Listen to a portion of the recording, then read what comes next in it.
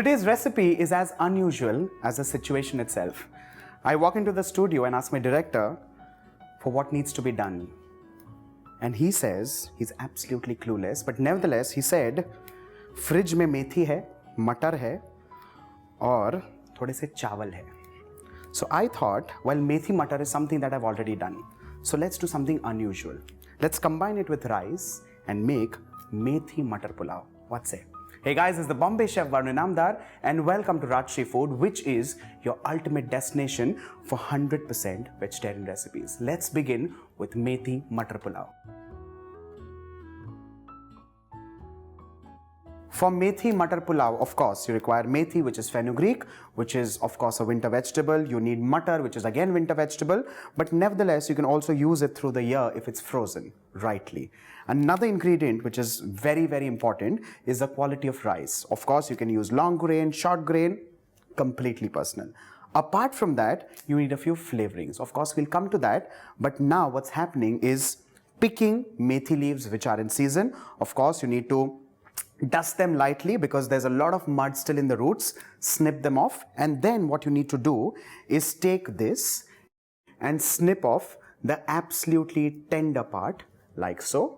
What's left is edible, but nevertheless not for this recipe. You can of course use this in a sabzi or something like that, but for the pulao you only kind of need the leaves. Once this is ready, you keep all of this aside and this gets roughly cut. Let's keep the mutter aside for now. Collect all of this together like a dense ball of leaves. Put them back, and with a sharp knife, you just kind of start shredding them. It's going to be an uneven shred, but that's exactly what you're requiring here.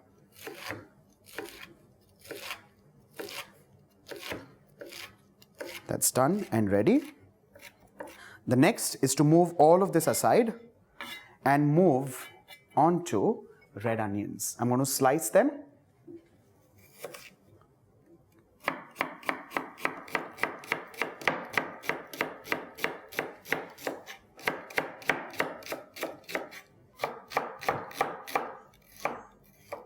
Once the peas are kind of shelled and ready, the fenugreek leaves are cut, processed and ready, the onions are ready. One last step of processing, and that is crushing fresh cloves of garlic along with green chilies, and this is purely for flavor.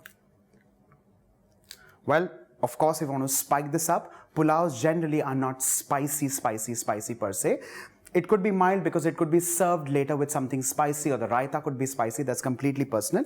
For now, I think 2 chilies are just perfect. Crush them roughly. You do not need a paste per se.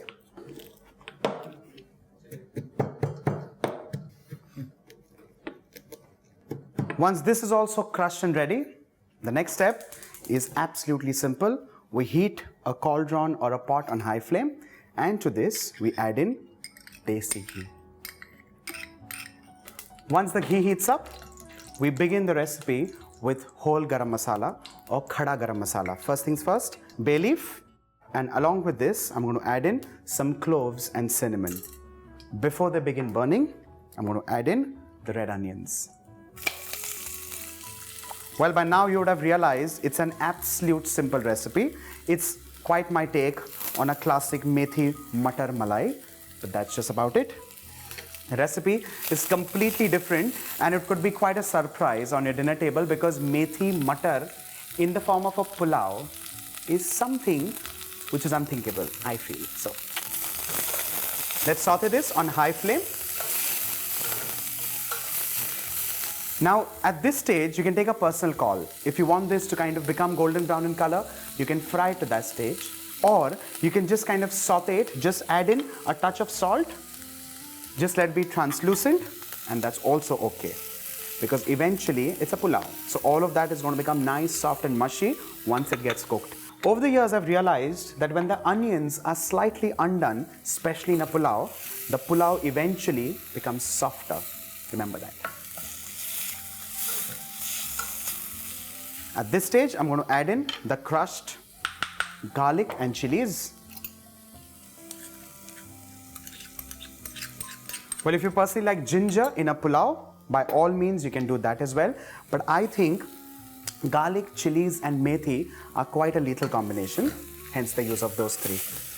Let's stir fry this till the raw flavor of garlic and chili kind of goes away.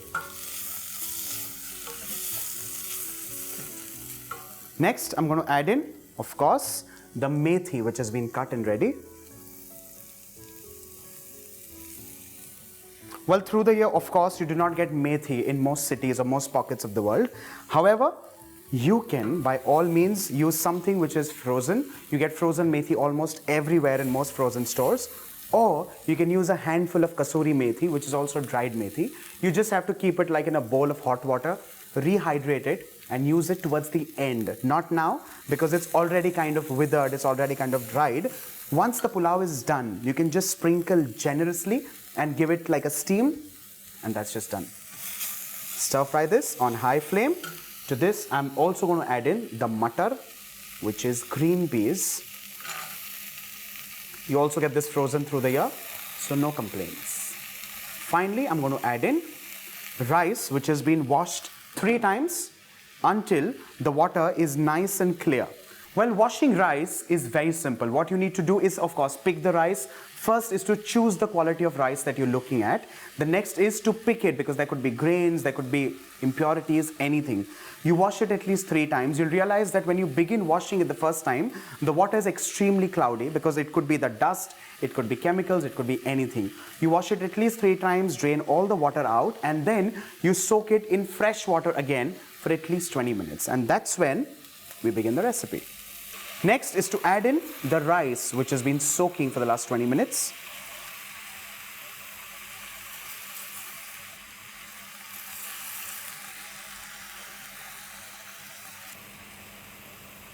You mix this perfectly well, and that's where begins the real trick or technique of making the most perfect pulao, and that is getting the quantity of water correct.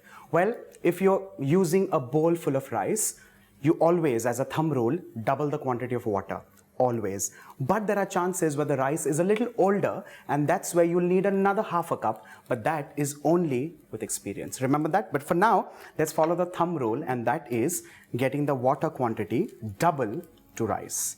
Because I'd used 1 cup of rice, I'm adding in 2 cups of lukewarm water.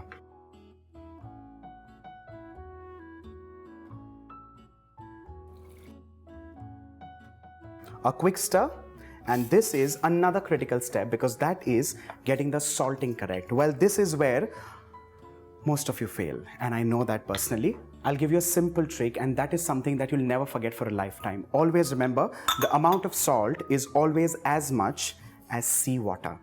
To begin with, a teaspoon, give it a stir, and then you always taste it, because the water needs to taste like saline water or like seawater.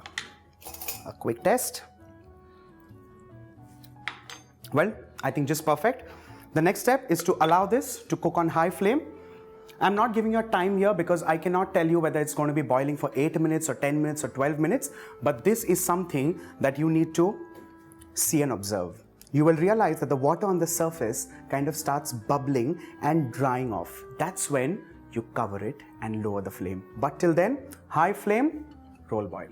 See you soon.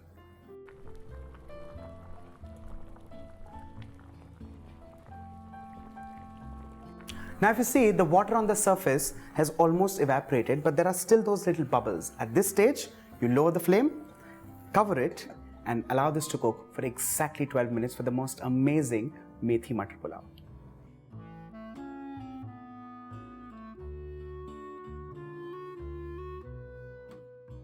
With this, our pulao is done and ready, and the next step is equally critical because of course the flame, but you do not need to open the lid. You want the steam to kind of settle so that the rice becomes nice, soft and fluffy. So let's wait.